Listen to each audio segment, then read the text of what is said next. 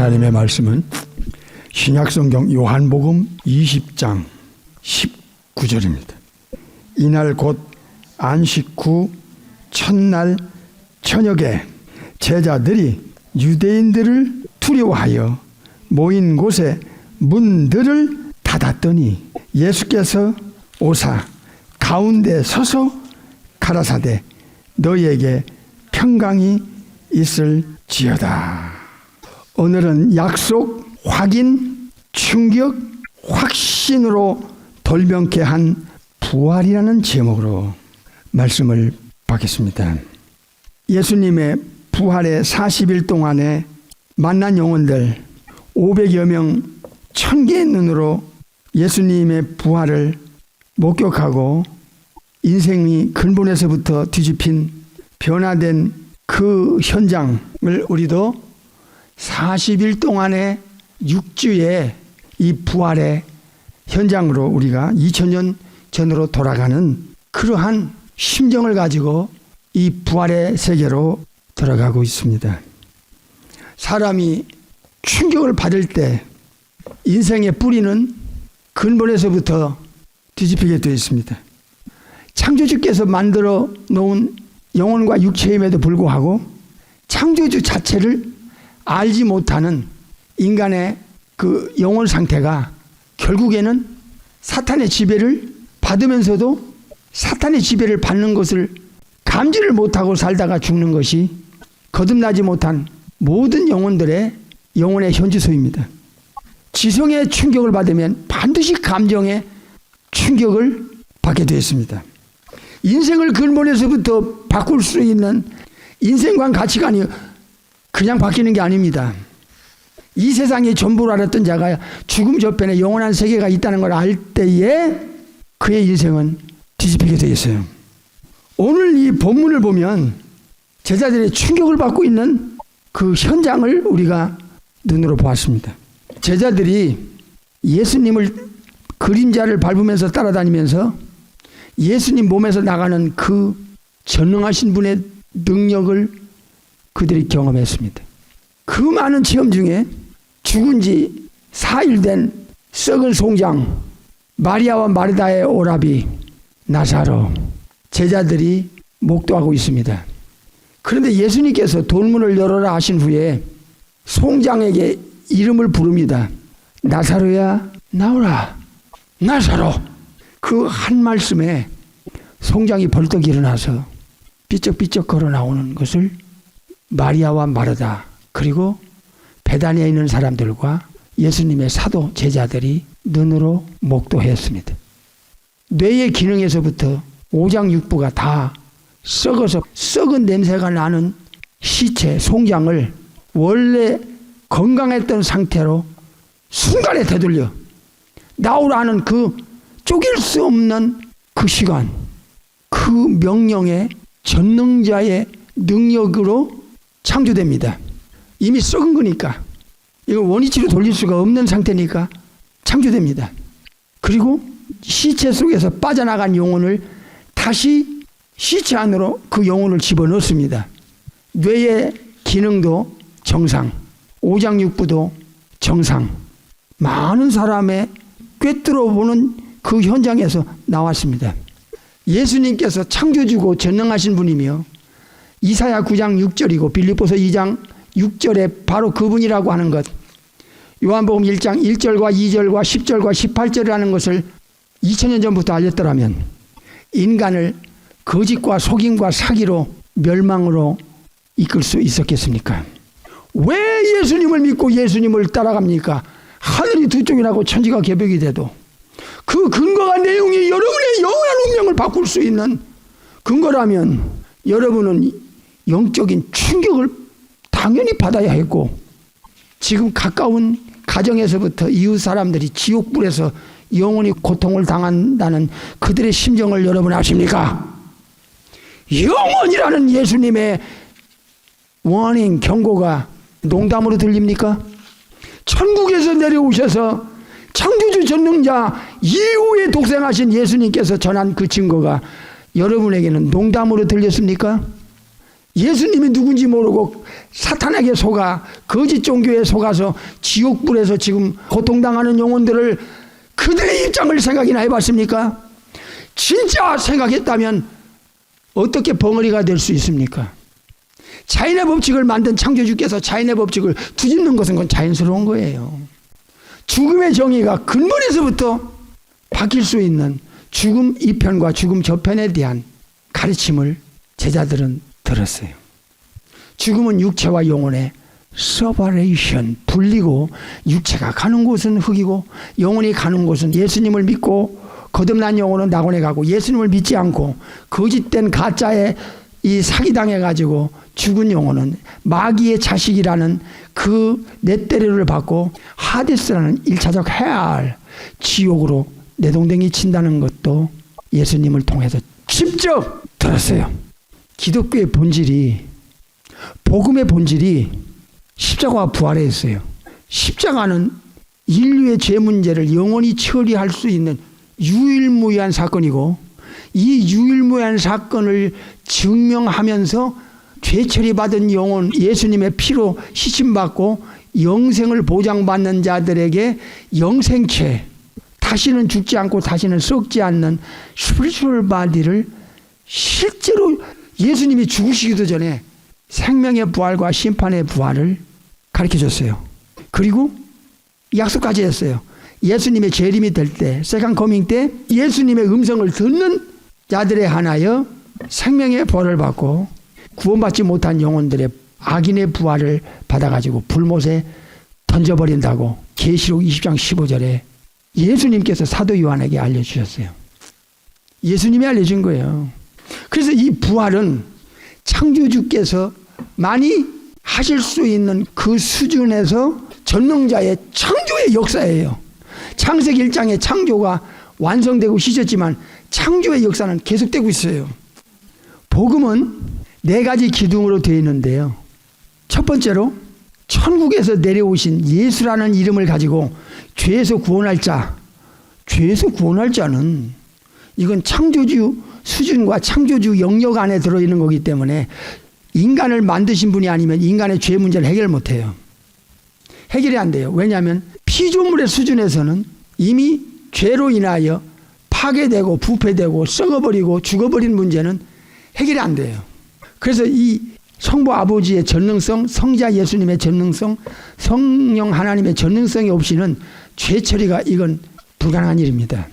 이 복음은 디모데후서 1장에서 복음으로 영원한 생명을 드러내고 썩지 아니할 것을 이 지구 안에 팩트로 드러냈다 그래요. 드러냈다. 영원히 사는 생명, eternal life, join ionius. 그리고 육체가 트랜스포메이션이 돼가지고 천사 같은 몸으로 썩지 않는 스피리추얼 바디, 신령한 몸, 소마, 푸니마티콘을 드러낸 것이 부활이었습니다. 예수님께서 죽으시기도 전에 나는 부활이요 생명인데 구약에서 모세에게 알려주신 I am that I am 그 내용과 같은 거예요. 나는 뭐뭐이다 이게야. 내가 부활이요 내가 생명이다. 이거는 창조주께서 피조물인 인간에게 선포할 때 쓰는 단어예요. 에고에이미 해 아나스타시스 카이 해조에 내가 부활이요 생명이다. 그러시면서 나를 믿는 예수님을 믿는 자는 죽어도 살게 해주겠다.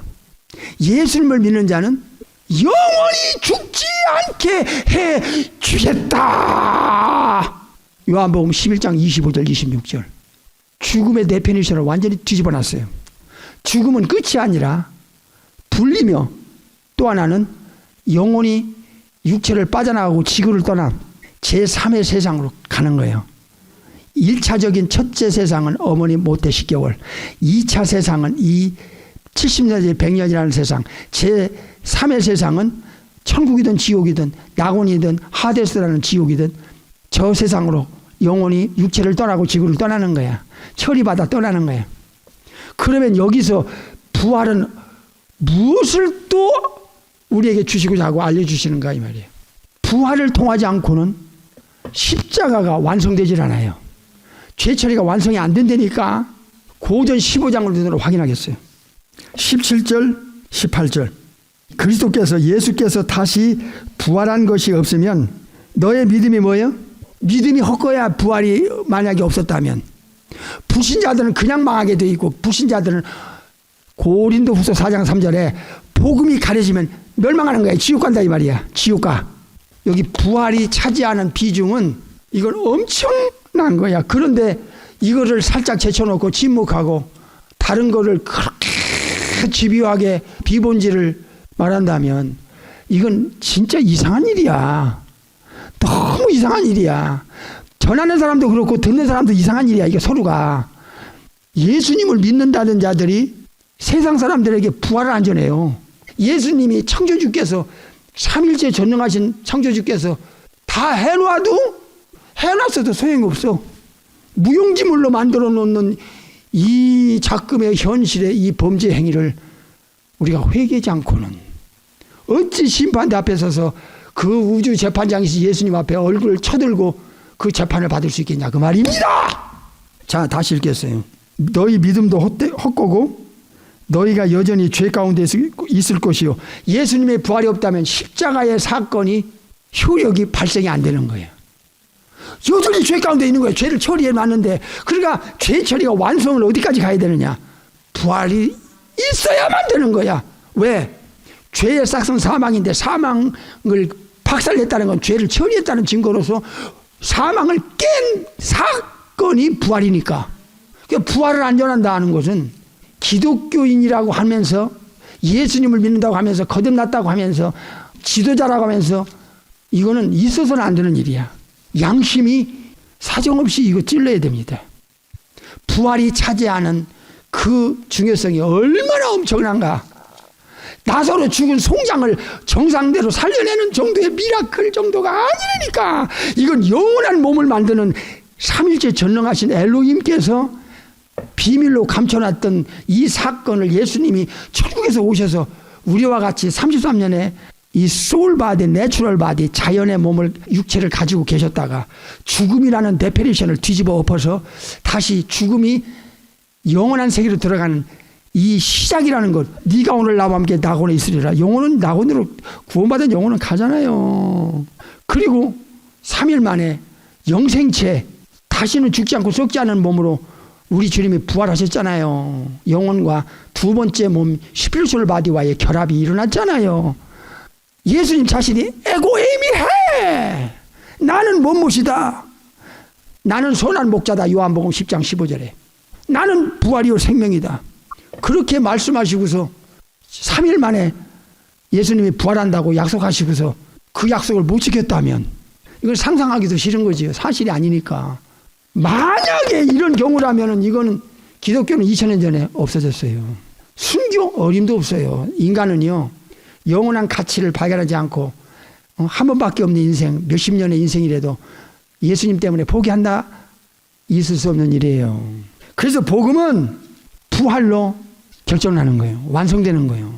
십자가 부활을 복음의 핵심으로 갖게 하는 두 가지가 있는데 그게 인카네이션과 어센션, 예수님이 천국에서 오셨다는 것과 천국으로 돌아가셨다는 것의 그 네 기둥, 이 두 기둥이 십자가 부활을 완성시키게 했다 그 말이에요.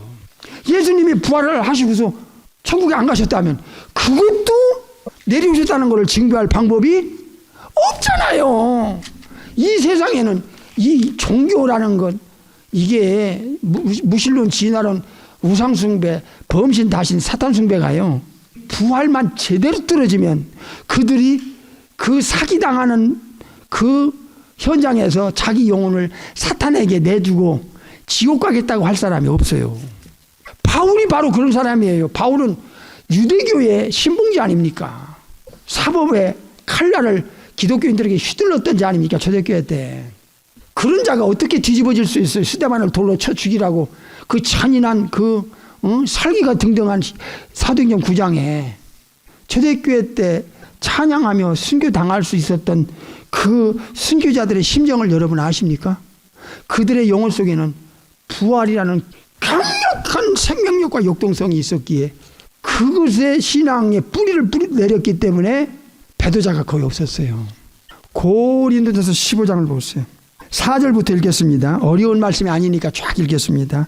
장사 지낸 바 되었다가 성경대로 사흘 만에 다시 살아나사 부활하사 게바 베드로에게 보이시고 후에 12제자에게와 그 후에 500의 형제에게 천기의 눈으로 일시에 보이셨나니 그 중에 지금까지 태반이나 살아있고 어떤 이는 잠들었으며 죽었으며 그 후에 야고보에게 보이셨으며 모든 사도에게와 8절 맨 나중에 만삭되지 못하여 난 자 같은 내게도 보이셨느니라. 만삭되지 못한 자가 누구예요?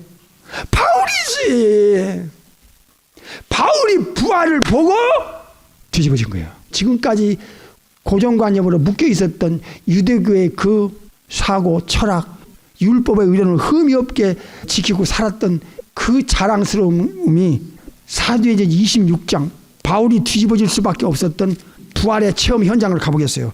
사도행전 26장 13절부터 읽겠습니다. 왕이여, 여기는 아그리빠 왕이야. 아그리빠 왕. 왕이여, 때가 정오나 12시 난 12시가 되어 길에서 보니 하늘에서 12시면 해가 제일 밝을 때인데 이때는 우리 눈으로 똑똑히 쳐다볼 수가 없어요. 해를 딱 쳐다보고 나면 눈이 캄캄해져요. 다른 데 쳐다보면 안 보일 정도로. 이거 오래 보면 눈에 이 데미지가 강하게 옵니다. 해보다 더 밝은 빛이 있어요. 낮 12시에 그 태양보다 더 밝은 빛이 바울과 동행하는 자들을 탁 둘러 확 비쳤어요. 14절 우리가 다 땅에 엎드러짐에 내가 소리를 들으니 바울이 소리를 들으니 히브리 방언으로 이르되 사울아 네가 어찌하여 나를 핍박하느냐 가시질을 뒷발질 하기가 네게 고생이니라. 15절 바울이 대답했어요. 주여 누시냐이까. 예수께서 말씀하시기를 나는 네가 핍박하는 예수라. 이 부활체험의 현장에서 그 유대교의 신봉자가 율법이 단 줄 알았던 자가 뒤집어져서 born-again 크리스찬이 될 수 있었던 충격으로 근본에서부터 인생이 뒤집어진 바울의 지성에서의 그 고정관념이 한꺼번에 파괴돼서 무너져 내리는 그 현장이 예수님의 부활을 본 체험에서 이때 태양보다 더 밝은 빛, 낮 12시 태양보다 더 밝은 빛으로 확 바울에게 순간에 나타났는데 바울이 눈이 멀었잖아요. 그때 주님께서 초자연적인 능력으로 눈에 비늘을 딱 씌워줬는데 그럼에도 불구하고 충격이 너무 커서 바울은 죽을 때까지 안질, 눈병으로 시달렸다는 것이 고린도후서 12장에 나오잖아요. 지성과 감정에서 그냥 산산조각 나는 고정관념이 깨져버릴 수밖에 없는 비교의식이 부활을 통해서 결단과 선택을 하게 되는 거예요. 로마서 8장 35절에 누가 예수님의 사랑 그리스도의 사랑에서 나를 끊으리요 환난이 오냐 적신이냐 기근이냐 칼이냐 안 돼. 그러니까 근거가 정확한 영원한 가치 때문에 예수님을 믿고 따르는 자들에게는 그들은 환경이 어쨌든 건강이 어쨌든 지금 인간관계가 어쨌든 분이 어쨌든 그건 상관없어. 이게 진짜 신앙의 근거인 거야. 누가 20장 34절부터 보겠어요. 예수께서 이르시되 이 세상의 자녀들은 장가가고 시집가되 육체는 그런 거야.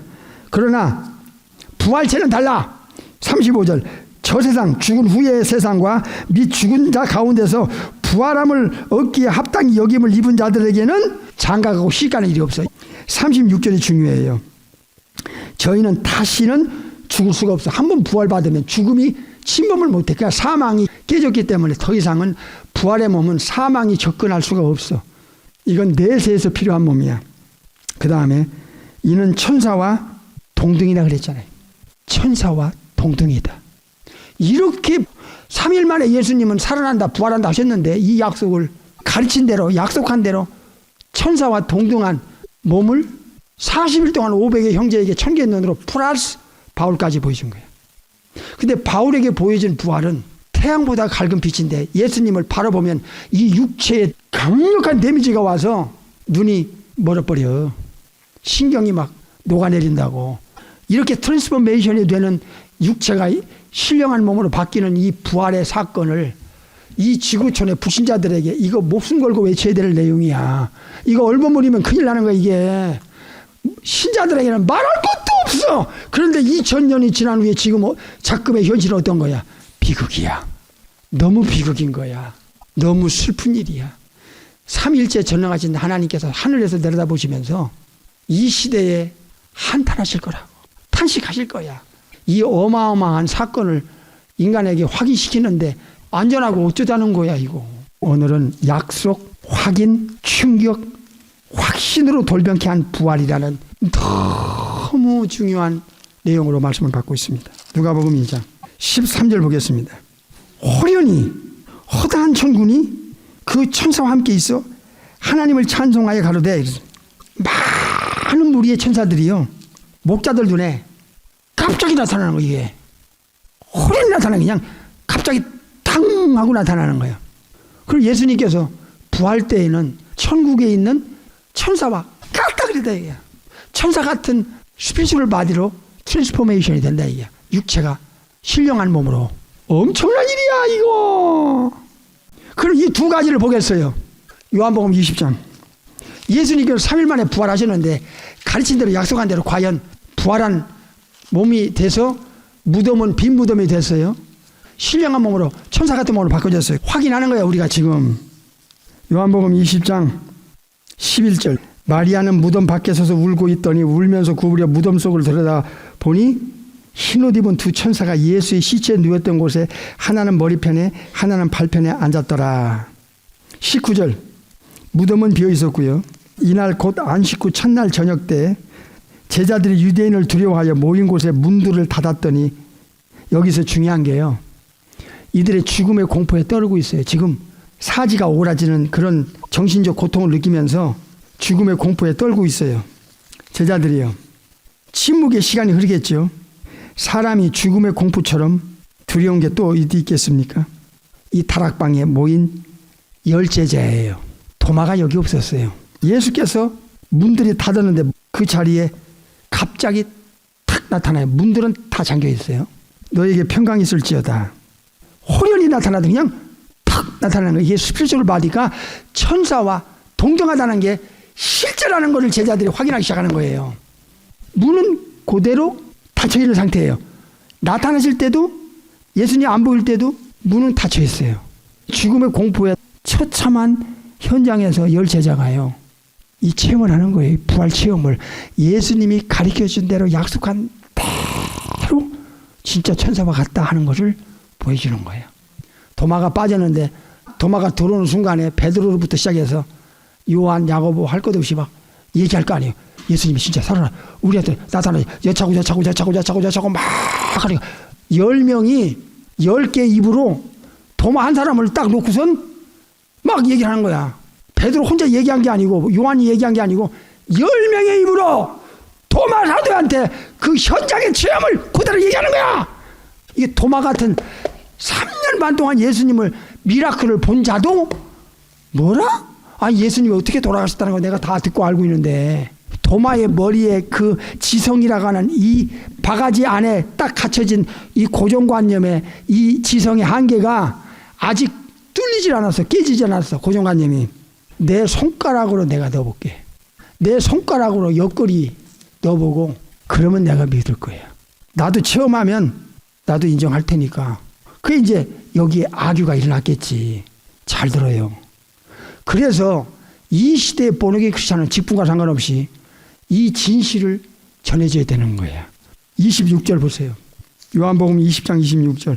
여들의 8일을 지나서 제자들이 다시 집안에 있을 때 도마도 함께 있고 문들이 닫혔는데, 이걸 두 번 강조하는 거야. 이게 문들이 닫혔든 열든 상관없어. 이 신령한 몸, 천사의 몸은. 근데 예수님이 천사와 같은 몸으로, 동등한 몸으로 부활했느냐를 확인시키는 거예요. 지금 이게 대단히 부활을 100% 확증할 수 있는 결정적인 현장의 사건이에요. 문이 닫혔는데 갑자기 호련히 팍 나타나신 거야. 10제자는 두 번 체험이고 도마는 첫 번째 체험인데 제자들과 악유했던 그 도마의 양심에 심각한 고통이 오기 시작했을 거라고. 이거야말로 예수님의 창조주 되심에 대한, 예수님의 그 가르침과 약속에 대한 100% 리스펙트, 100% 신뢰할 수 있는 결정적 체험을 도마가 하는 거예요. 제자들도 마찬가지. 그래서 예수님께서 딱 도마에게 지적한 거예요. 예수님이 다 들으셨지. 도마야, 네 손가락으로 내 옆구리 넣어봐라. 네 손가락으로 내 못자국을 넣어봐. 너는 진짜 나를 확실하게 알지 못했다. 내가 천국에서 내려온 삼일체 중에 제 이후에 전능하신 독생자 하나님이신 걸 너는 아직 몰랐어.